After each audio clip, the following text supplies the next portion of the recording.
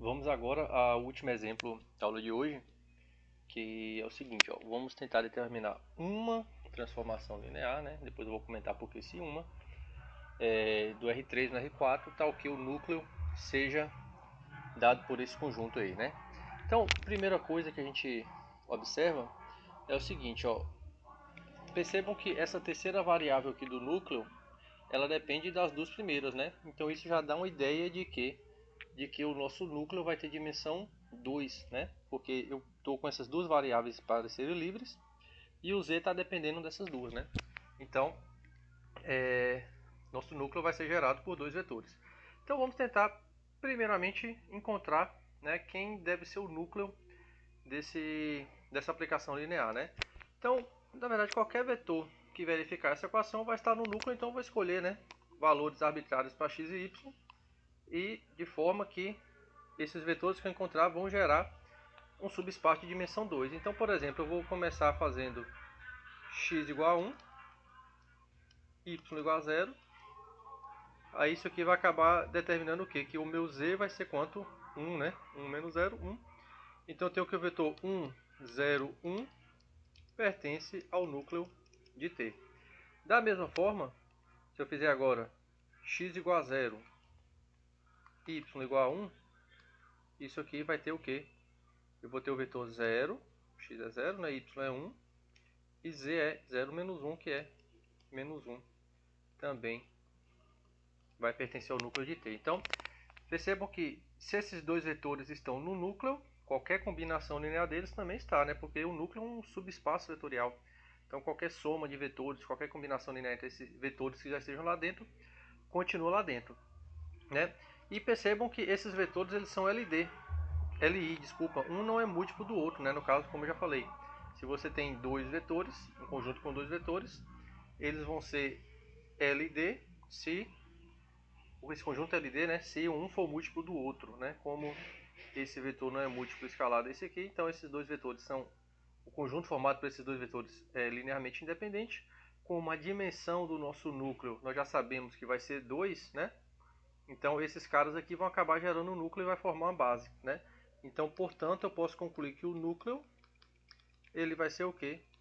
Ser gerado por esses vetores aqui, né? 0, 1, menos 1, 1, 0, 1, certo?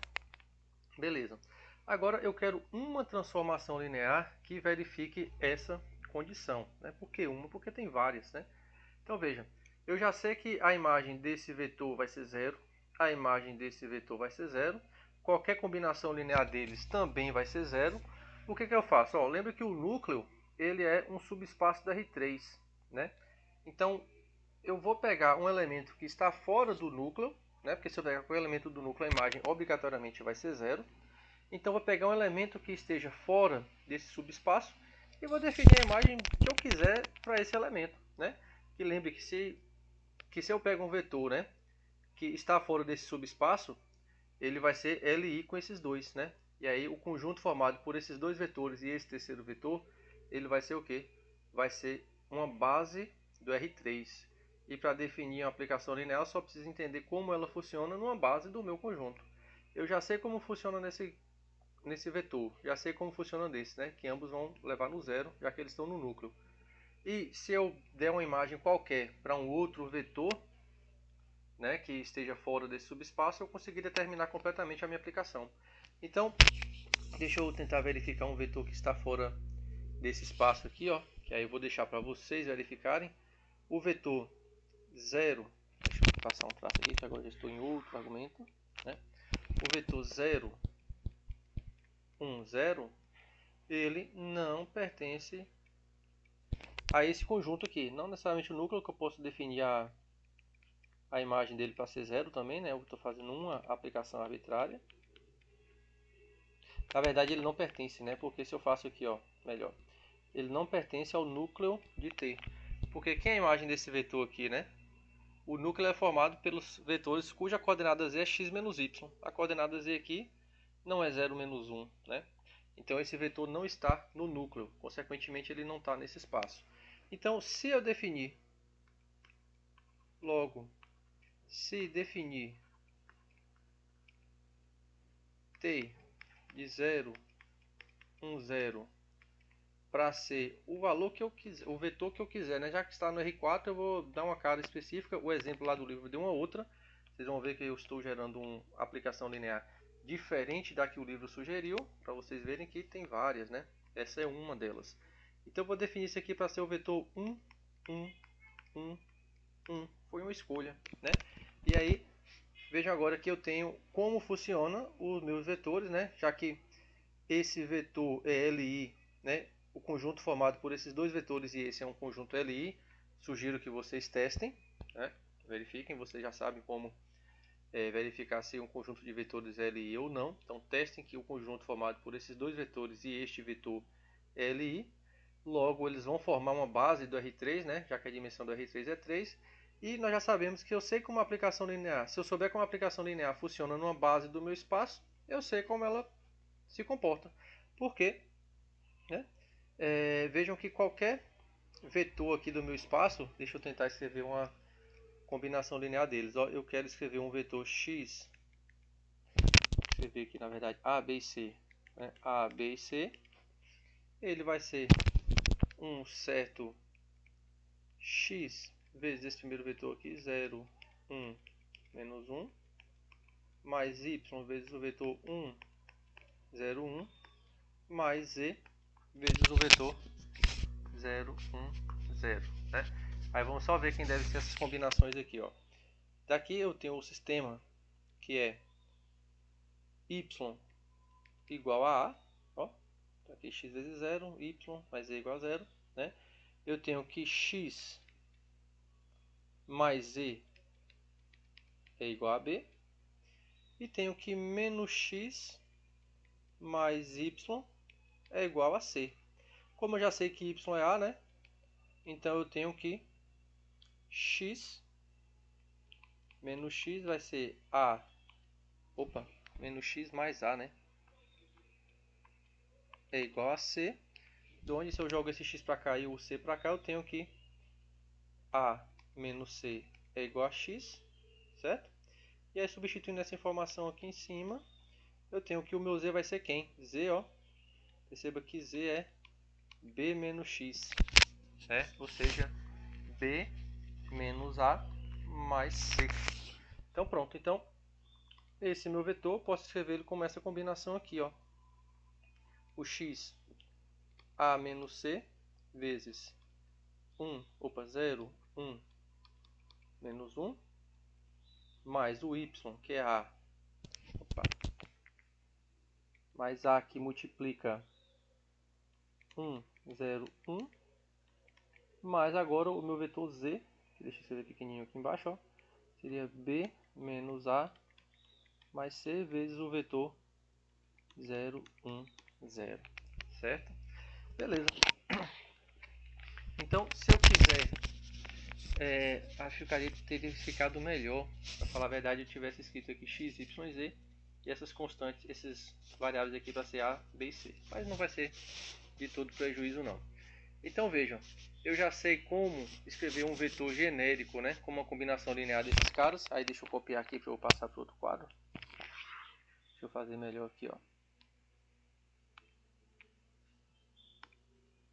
Aí vocês me desculpem por ter feito nessa ordem. Percebam que de uma maneira equivalente, eu vou limpar isso aqui já já, ó. Eu posso escrever então, ó, que um vetor x, y e z, ele pode ser escrito como o que, ó. Vou trocar por, eu vou fazer a troca aqui desses valores, né? Então, isso aqui pode ser x menos z, que multiplica o vetor 0, 1, menos 1, mais x vezes 1, 0, 1, mais y menos x mais z vezes 0, 1, 0. Certo? E aí fica melhor do que usar nesse formato aqui de cima, né? Como eu falei, eu troquei, não ficou muito legal. Vejam que se eu fizer essas combinações aqui, tudo vai dar exatamente esse vetor aqui, ó. Esse cara vezes 0 sumiu, mais x mais 0, o x apareceu. Agora x, a segunda coordenada, né? X menos z, esse aqui não vai aparecer, mais y menos x menos z. Então vamos cancelar o x e o y, o x e o z, vai ficar só y. E a terceira eu tenho aqui, ó, esse cara menos esse é menos x mais z, mais x ficou só o z. Quando eu somo esse cara aqui, vou ter justamente o z de volta, né? Então, tudo funcionando perfeitamente bem. Agora, então, se eu quero saber como é minha aplicação linear aplicada um vetor qualquer do R3, ó, pelo formato, que nós já sabemos, né? Isso é T, né? Todo esse vetor ele pode ser escrito como uma combinação linear desses aqui. Que combinação linear é essa? Com esses escalados que estão aqui, né? Então isso seria T. Aí, ó, vou ganhar aqui também. Estamos no computador, temos essa facilidade, né? Então, ó, T desse cara, correto? Esse vetor x, y, z, ele é esse cara aqui. Então, T dele é T disso, que é a mesma coisa, né? Já que isso é uma aplicação linear, isso é o que? O escalar sai para fora. T de 0, 1, menos 1, mais o escalar que vai sair para fora, x vezes t de 1, 0, 1, mais y menos x mais e vezes t de 0, 1, 0. Certo? Então eu estou chegando mais ou menos na cara da minha aplicação. Se eu voltar aqui no slide anterior, no slide não, no quadro anterior, deixa eu subir um pouquinho aqui. Ali, aqui, ó. Percebam que t desses dois vetores aqui, ó, vão ser sempre 0, porque eles estão no núcleo. E t de 0, 1, 0 é 1, 1, 1, 1. Então, voltando aqui, ó, t desses caras vão ser 0. Então, isso aqui não importa, ó, isso aqui vai dar 0. Isso vai dar 0 e a imagem desse cara é 1, 1, 1. Então, isso aqui zerou, zerou. Eu vou ter que a imagem vai ser y menos x mais e vezes 1, 1, 1, 1. Ou seja, a minha aplicação é essa aqui, ó. Y menos x mais e, y menos x mais e, y menos x mais e, y menos x mais e. Essa é uma aplicação que verifica a propriedade que eu falei. Veja que se eu fizer t desse cara aqui, ó, vai dar 0. Porque, ó, vai dar o vetor nulo, né? X é 0, y é 1, z é menos 1. Então, 1 menos 1, 0. Aqui são todos iguais, 0, 0, 0. Se eu faço t desse cara, ó, x é 1 e z é 1. Y é 0. Então, 0 menos 1 mais 1 dá 0, 0, 0, 0. E a imagem desse vetor aqui vai dar 1, 1, 1. Então, perceba que eu encontrei uma aplicação linear que tem justamente aquele conjunto como núcleo. Se eu tivesse definido, escolhido, né? É uma escolha. Se eu tivesse dado a imagem desse vetor para ser um outro vetor qualquer, eu teria outra aplicação que continuaria verificando essas propriedades, que foi justamente o que o livro fez. Está lá no slide, ele deu uma cara diferente para a imagem. Ele deu uma outra base diferente, né? Essa foi uma que eu escolhi. Só que o que importa é que eu completei aquela base do núcleo para ser uma base do meu espaço R3. E para esse último vetor que apareceu, eu dei uma imagem que eu escolhi. Não essa, né? Essa imagem aqui que ele escolheu. E ele encontrou uma outra aplicação que verificava a condição desejada. Então, fica aí a ideia, né, do porquê uma transformação. Existem várias. E é isso. Finalizamos nossa aula de hoje.